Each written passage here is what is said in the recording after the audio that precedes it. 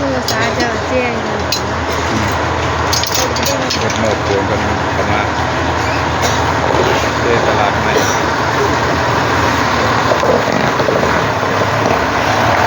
แล้วบ้างนะครับ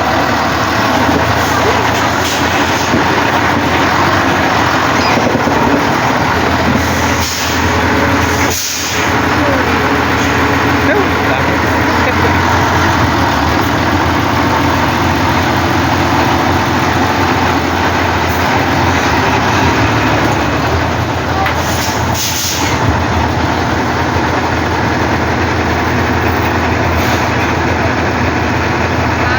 ือสาเป็นเต้นหลานก่อนเลย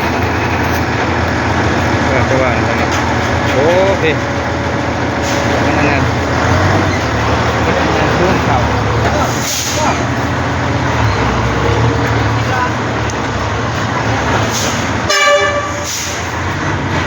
มาเดินตลาดใหม่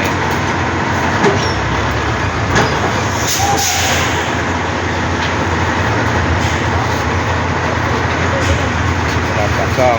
เป็นปรับปรุงใหม่จัดสรรใหม่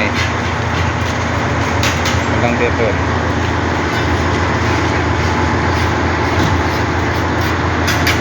รถโม้ปูนเข้ามาเลย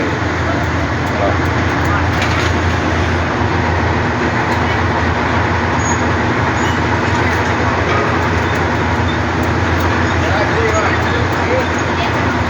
ได้แล้วเด้อ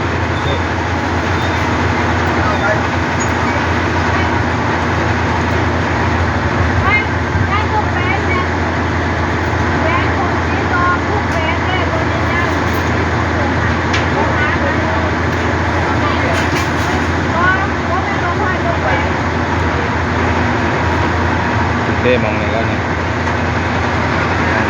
ขอยังไม่ทันได้เต้